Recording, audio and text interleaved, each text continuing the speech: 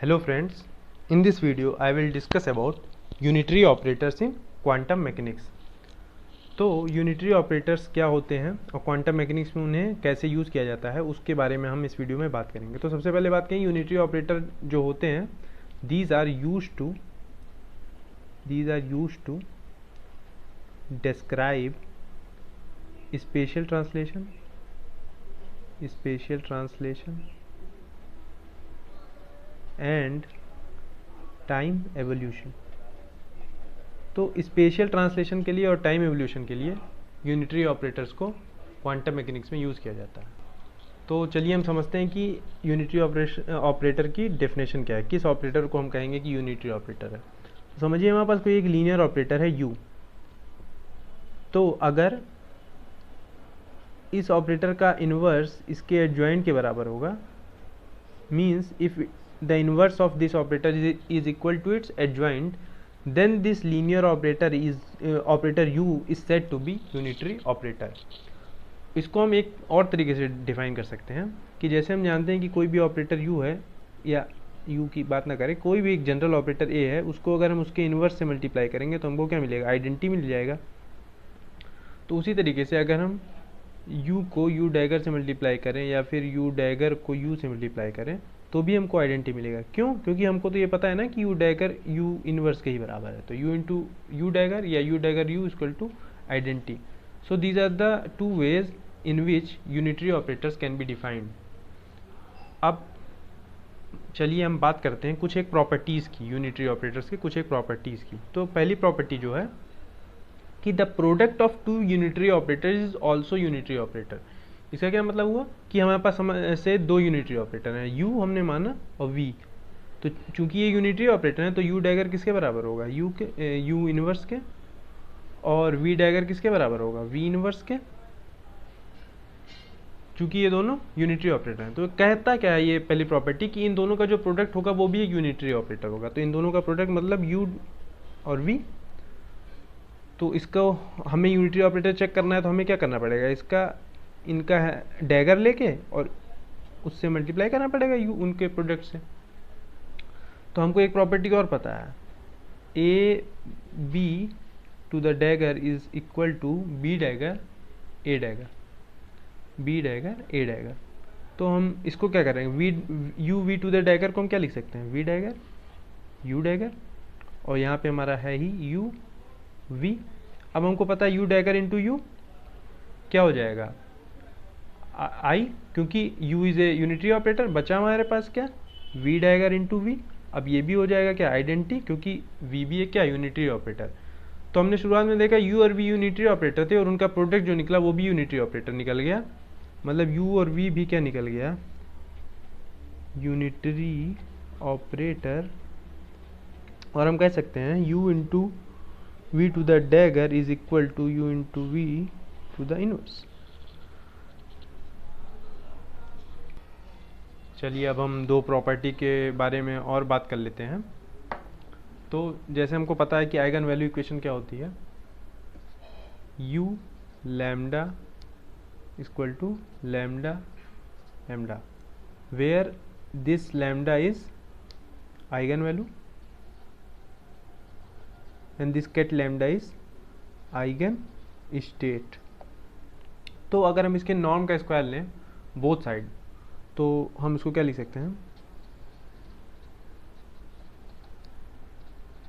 Lambda cat lambda square. तो हमने norm का स्क्वायर लिया बोथ साइड, और अभी इसको हम सॉल्व करें तो हम क्या लिख सकते हैं, लैम्डा स्ट्रिक लैम्डा ब्रा लैम्डा कैट लैम्डा। तो अगर हम ये एज्यूम करें कि ये जो हमारी आइगन स्टेट है वो नॉर्मलाइज्ड है तो हम इसको क्या लिख सकते हैं, इसको लिखेंगे 1 और इसको लिखेंगे 1, और ये हमारा क्या आ जाएगा, मॉड ऑफ लैम्डा स्क्वायर। और अगर राइट हैंड साइड को हम सॉल्व करें तो हम क्या लिख सकते हैं, norm of u ket lambda square, इसको हम क्या लिख सकते हैं, bra lambda u dagger u ket lambda. और हमको पता है u डैगर u क्या है, आइडेंटिटी। तो बचा क्या हमारा, ब्रा लैम्डा कैट लैम्डा, जिसकी वैल्यू क्या हो गई 1।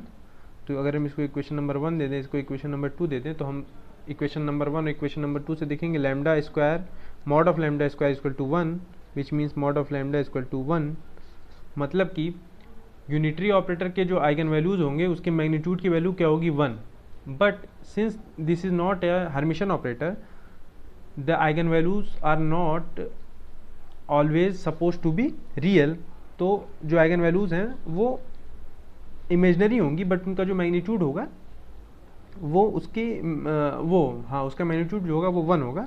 तो लैम्डा को हम क्या लिख सकते हैं, e⁻i phi lambda where phi lambda belong to r and magnitude of lambda is equal to 1। तो एक ये प्रॉपर्टी हुई हमारी यूनिटरी ऑपरेटर के आइगन वैल्यूज के वैल्यू के बारे में। अभी एक और लास्ट प्रॉपर्टी देख लेते हैं कि the eigen state of unitary operator that correspond to different eigen values are orthogonal. मतलब वो आइगन स्टेट जो कि अलग अलग आइगन वैल्यूज के करस्पॉन्डिंग हैं वो ऑर्थोगोनल होते हैं, वो ऑर्थोगोनल होते हैं।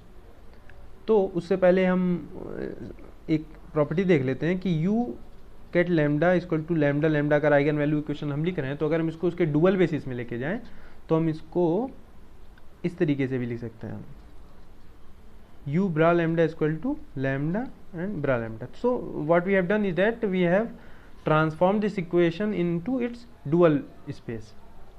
तो उसी तरीके से हम इसको प्रूव भी कर सकते हैं but it will just increase the time of video, that's what I am skipping it. तो अगर कोई दूसरा आइगन स्टेट है म्यू मान लेते हैं हम उसको, तो u म्यू इक्वल टू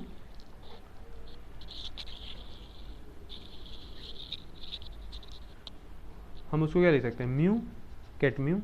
तो उसको भी अगर हम उसके डुअल स्पेस में ट्रांसफॉर्म करें तो हम उसको क्या लिख सकते हैं mu equal to mu bra mu. ठीक है, तो हम इसको इस तरीके से लिख सकते हैं। तो अगर हमें इसकी वैल्यू पता करनी हो म्यू यू एंड लैम्डा, तो अगर हम सबसे पहले इसको u को लैम्डा पे ऑपरेट कराएं तो हमको पता है यहाँ से हम इसको क्या लिख सकते हैं लैम्डा और कैट लैम्डा, तो लैम्डा बाहर आ जाएगा क्योंकि ये तो आइगन वैल्यू है, और बचेगा ब्रा म्यू कैट लैम्डा। इसको इक्वेशन नंबर 1 दे देते हैं।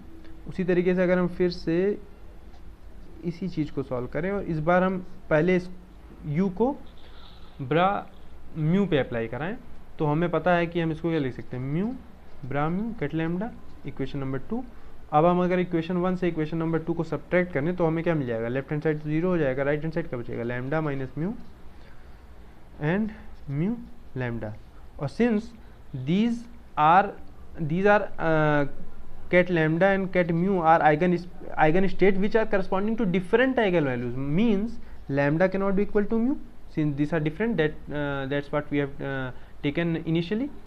तो अगर ये डिफरेंट है तो इस चीज़ के जीरो होने का एक ही पॉसिबिलिटी बची कि this scalar product should be equal to 0, which implies that these cat mu and cat lambda are orthogonal in nature। तो इस वीडियो में इतना ही। इस वीडियो में हमने देखा सबसे पहले यूनिटरी ऑपरेटर को हमने डिफाइन किया, उसकी डेफिनेशन क्या होती है उसको डिफाइन किया 2 तरीके से, और उसकी 3 प्रॉपर्टीज़ को समझने की कोशिश की कि अगर 2 यूनिटरी ऑपरेटर हैं तो उनके प्रोडक्ट भी जो होंगे वो भी यूनिटरी ऑपरेटर होंगे। यूनिटरी ऑपरेटर के आइगन वैल्यूज़ किस तरीके की होती हैं, और 2 आइगन वैल्यूज़ जो कि अलग अलग आइगन वैल्यूज़ को 2 आइगन स्टेट जो कि अलग अलग आइगन वैल्यूज़ को करस्पॉन्ड करती हैं, वो they will always be orthogonal in nature. So this is the first part of the video. I will also make the second part of the video which will be on unitary transformation. So that's all for this video guys. Thank you.